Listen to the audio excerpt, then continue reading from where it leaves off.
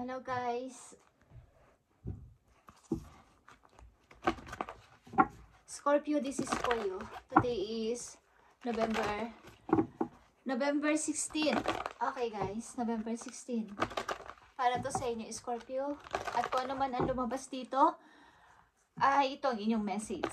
Sa mga Scorpio na bibigyan ng message sa araw na to guys, November 16. Tingnan natin ang inyong mensahe, Scorpio. Okay, nakikita nyo ba ang abundance guys? Ito ay abundance. About ito sa inyong money. Okay, prepare. Prepare yourself for incoming abundance. May paparating na pera sa inyo, Scorpio. Release any mental blocks you may have. In fairyland and human land, there is enough abundance for everyone. So, i-accept nyo to guys. Tanggapin nyo to ng dalawang kamay. Okay, ang paparating na abundance na to sa buhay ninyo, i-release nyo na yung mga nagpapablock sa inyong isip na baka hindi, o baka wala. Okay.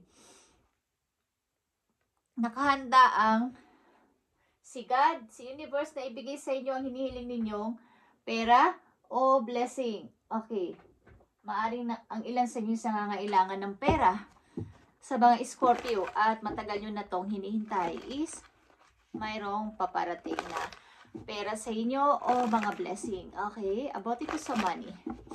Abundance. Kasaganaan guys. Okay? Maaring marami kayong inaalala sa buhay. Kaya yung inyong parang nami-mental block kayo. Halos araw-araw. Okay, sa mga Scorpio na nandito sa reading, ano bang inyong sitwasyon sa kasalukuyan? Tingnan natin ang inyong message. Tatlong message ito para sa mga Scorpio. Nabibigyan mo ng message today, November 16, 2025. Ano ang kanilang sitwasyon? At titingnan natin ang inyong kung ano ang ipapayo sa inyo. Okay, Scorpio. Ano ang inyong sitwasyon sa kasalukuyan? Tatlong message dito na inyong sitwasyon. Okay, andito ang King of Wands, Scorpio. At ito ay Aries and Leo energy. Ito ang King of Wands. Ito ay business na tao. Businessman na tao. Energy ng taong provider. But, isa itong taong misteryoso. Okay? Hindi ito basta-basta nagsasalita pero ito ay misteryoso na tao. Okay. Nakatingin lang pero may inaalam. Kumbaga tinitingnan ka halimbawa ng tao na to pero meron siyang sinisearch sa'yo. Kumbaga, hindi man siya literal na nagpupunta sa bahay ninyo o tinitingnan ka is ang tao na to ay mayroong inuutusan, mayroong pinagsasabihan na tingnan mo si Scorpio. Bantayan mo si Scorpio. Okay. Ito ay isang taong negosyante din at provider. Okay guys. At mapassion. Okay? Mapassion ng person na to, ang energy na to. Scorpio, ano ang inyong sitwasyon? Andito ang King of Cups at ito ay iyong energy. Okay? Lumabas ang inyong energy dito. Una pa lang na message ay nandito ang inyong energy. Parang ikaw yung taong dito sa inyong sitwasyon sa ngayon, parang nawawalan ka ng pag-asa. Okay? Ano man tong inyong sitwasyon, nagkakaroon ka ng kawalan ng pag-asa. Parang sayang lahat ng ginawa kong effort. Yun ang sinasabi ng ilan sa inyo. Sayang yung ibinigay kong pagmamahal. Sayang yung parang inilaan kong energy, inilaan kong emotion sa iyo. Okay? Scorpio, andito ang 9 of Wands. Okay guys, parang nawalan ka ng gana at tahimik mo na ako ngayon. Pero may isang friend ka dito, isang malapit sa buhay mo, kamag-anak man to o kaibigan mo, na sinasabihan ka na huwag kang matakot. Huwag kang matakot na umalis, magdesisyon o magsalita. Okay, pinapayuhan ka. Iwan mo na yung ang dami mo yatang problema sa kasalukuyan, Scorpio, at hindi mo maiwan-iwan. Baka kasi may magalit. Baka kasi hindi na nila ako pansinin. Baka kasi hindi ko kaya. Okay, marami nagtatalo sa isipan mo sa ngayon at nawalan ka ng gana o nawawalan ka ng ganang kumilos, magpasya, magsalita. Okay, gusto ko munang manahimik. Parang ganyan. Okay, at nandito ang King of Swords. Guys, may tatlo ditong energy. King of Cups, King of Swords, and King of Wands. Dito sa gitna nito is may Nine of Wands. Sa dalawang King na nandito.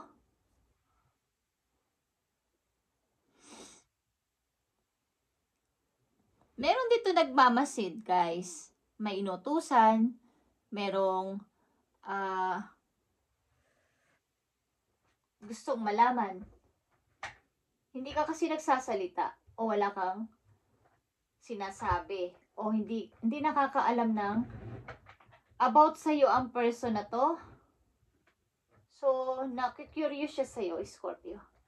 Ano ba nangyayari na kay Scorpio? Ganyan. At may inaalam siya sa buhay mo. Okay? Tingnan natin to, Scorpio. Ano to?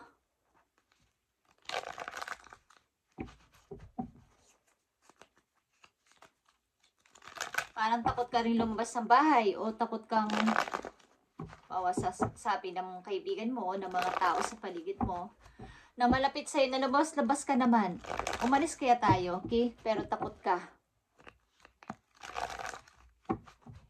Sitwasyon ng mga Scorpio, ano ang gusto mong sabihin sa kanila?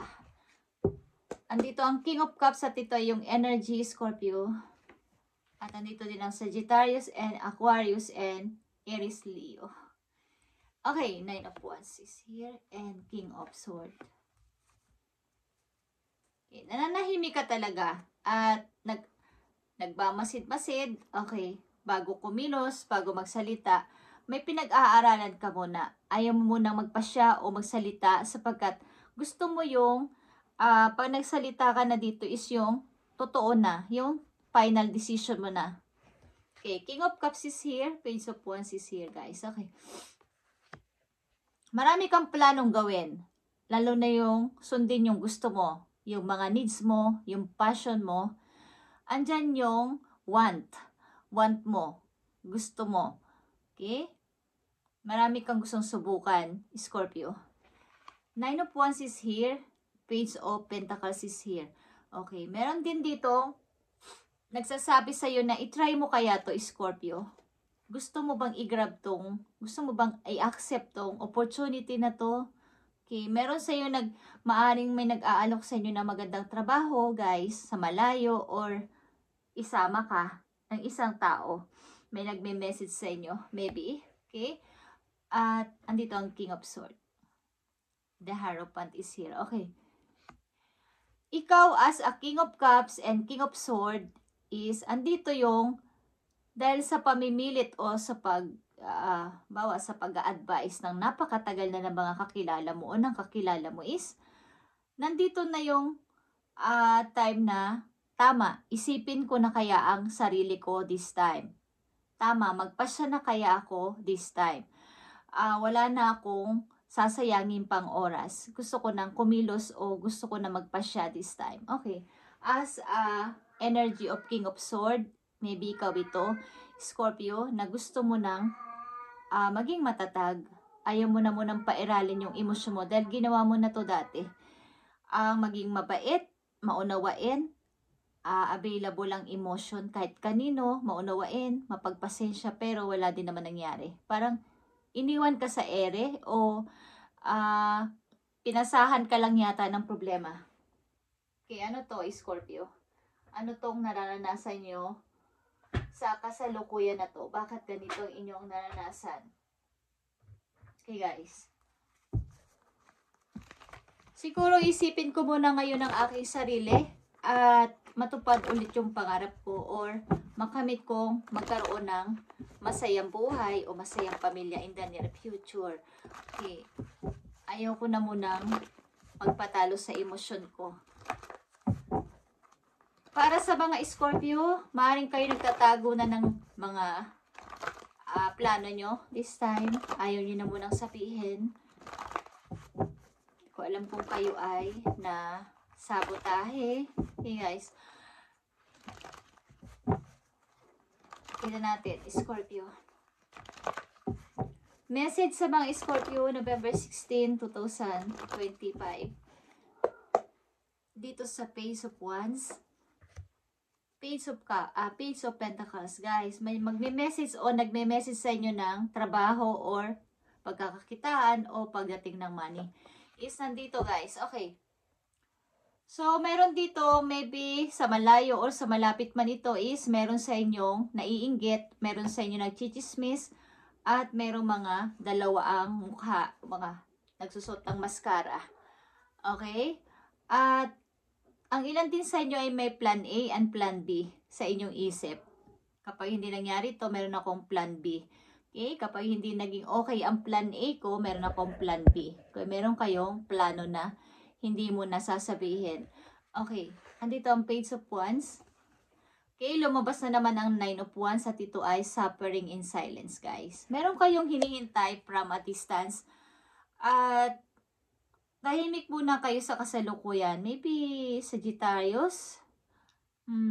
Sagittarius or fire sign. Aries, Leo is here. Is malakas dito, guys. Parang ito yung want ninyo. O gusto ninyong mangyari. Meron kayo munang hinihintay bago magpasya. Bago magsalita. Meron kayong gustong marinig buhat sa tao na to. Scorpio. Hindi mo na kayo makapag-desisyon sapagkat baka bumalik siya, baka may mag-message sa akin galing sa kanya. Okay. 9 of Wands is here.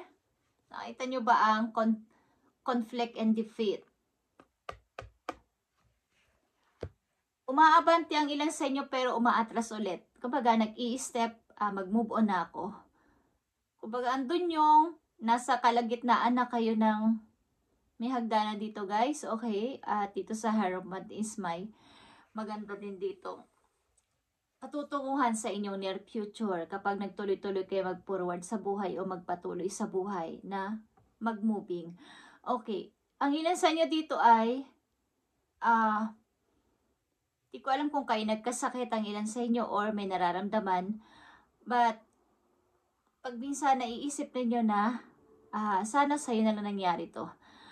Okay, tingnan mo ang ginawa mo sa akin. Umaabante kayo pero bumabalik ulit. Doon sa light kung saan kayo galing. Doon sa alam ninyong yun ang nagpasaya sa inyo. Itong binabalikan ninyo ay, ito ay kandilang nakasindi. Pero pag ito'y namatay o naubos na tong kandila na to, mawawala na ng liwanag sa paligid. Habang meron pa tong lingas, o sindi, o hindi pa to natutunaw buong botong kandila na to, kailangan nyo magmadaling umakyat, o magmadaling mag-moving, o magmadaling mag-forward. Sapagkat pag ito ay nawala na ang apoy nito, magdidilim na tong paligid na to at wala ka nang makikita. Kumbaga, hindi ka na makaka-alis pa dyan. Sa madaling salita, may nagpapayo sa inyo, maybe may nag-a-advise, kahit saan man yan, sa personal man o sa mga message ng ilang taong malapit sa inyo, na tigilan mo na to, Scorpio, magpatuloy ka na, mag-forward ka na, mag-move on ka na, pero andun ka pa din at naghihintay, is baka maubos na lang ang oras, ang mga opportunity, hindi mo tinanggap at lumipas na, hindi na bumalik at matagal na yun babalik pa. Maaring kung maisipan mo yun, kung nasa edad ka na at hindi na pwedeng kumilos pa, is mahirap na mag-start ulit. Okay? Habang bata ka pa at meron pang lakas, is i-grab mo na tong opportunity na to na maaaring nag-a-appear sa'yo ng paulit-ulit at may nagsasalita sa'yo paulit-ulit pero hindi mo pinapansin, is baka mawala na to ng tuluyan at may magsawa na rin sa kakapayo sa'yo. Is ang unang message sa inyo ay abundance is incoming. So tigilan na yung mga block sa inyong mental, guys. Yung paninisi, yung pagbi-blame, mga guilty, mga panghihinayang. sa ginawa sa'yo, sa sinayang na mga taon at effort mo sa tao na to or kanino man. Nakikita nyo kapag kayo ay nagpatuloy sa pagmumubing, andito ang the sun, ito ay light, ito ay Leo energy, guys. Okay. Magiging masaya ka in the near future. Andito ang King of Sword. Tatagan mo yung loob, Scorpio, as a King of Sword. Magpasya ka na. Ang energy kasi na to ay pag nagpasya ay talagang seryoso, guys. Pag nakatusok yung sword niya dito sa baba. Pag sinabi niyang no, no. Pag sinabi niyang yes, yes. Pag sinabi niyang ayoko, ayoko. Okay? So, ito ay matatag na energy. Medyo harsh magsalita at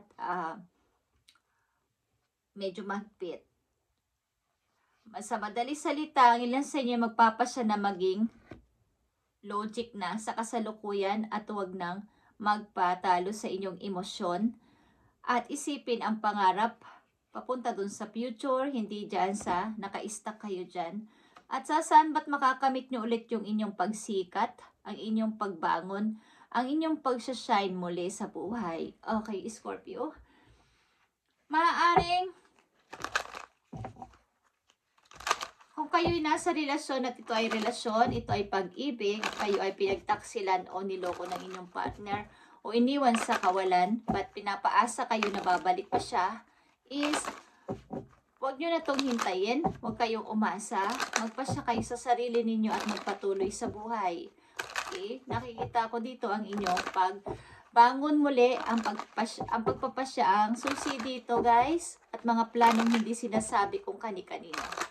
Okay, sa pag-ibig ninyo, tingnan natin, guys, silipin natin ang inyong pag-ibig. Synchronicities is here, guys. Maaaring pag umibig ang ilan sa inyo ay binibigay nyo ang 101% ninyong puso sa tao na to. Ibig sabihin ng pagmamahal. So pag nilayuan at iniwan, nilayuan kayo o niloko kayo ay para na kayong nawalan o nawalan lahat. Naubos lahat. Okay.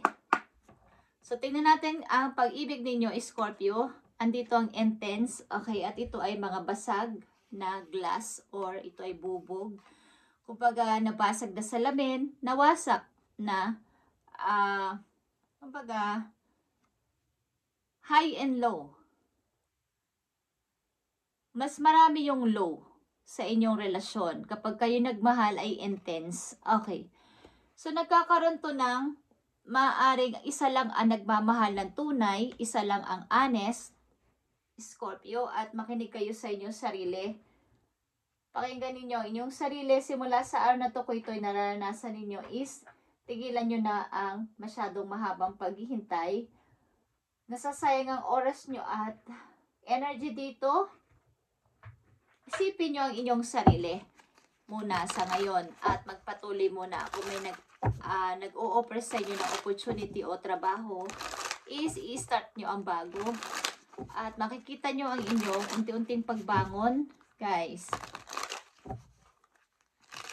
Maring both of you is nag-i-inspire sa isa't isa. Okay. May nagsasabi ng anong ginagawa na ni Scorpio, ano nang ginagawa niya o status niya sa buhay, ano nang trabaho niya, ano na, okay na ba siya? Ilan sa inyo ay magta-travel, Scorpio? Tingnan natin, Scorpio, ang message po yun, isang mahalang message kay Scorpio. Nandito ang grave. No second chance. Okay? No second chances is here, guys. So, ibaw nyo to sa limot. Tama na to. Ibaw nyo na to sa limot, parang ilibing. At wala nang chance. Okay. Kayo ay makakakilala ng isang tao na talagang itinakda para sa inyo ni God. Huwag kayong mag-alala. Okay? Yung taong itinakda sa inyo at ito ay divine connection. Okay? Scorpio, ito ang inyong reading today, November 16, 2025. Huwag niyong isipin maghiganti. Okay? Sometimes, iniisip nyo mag-revenge sa taong nanakit sa inyo at nagbigay ng sakit sa ulo sa inyo at iniwan kayo sa kawalan. Parang iniwan din ang mga problema. Thank you, Scorpio, and God bless sa inyo lahat, guys. At pagpalain kayo ni God. I-grab nyo ang opportunity na mag-a-appear anytime sa inyong buhay. Simula sa araw na to, prepare yourself for incoming abundance, Scorpio. Thank you and God bless.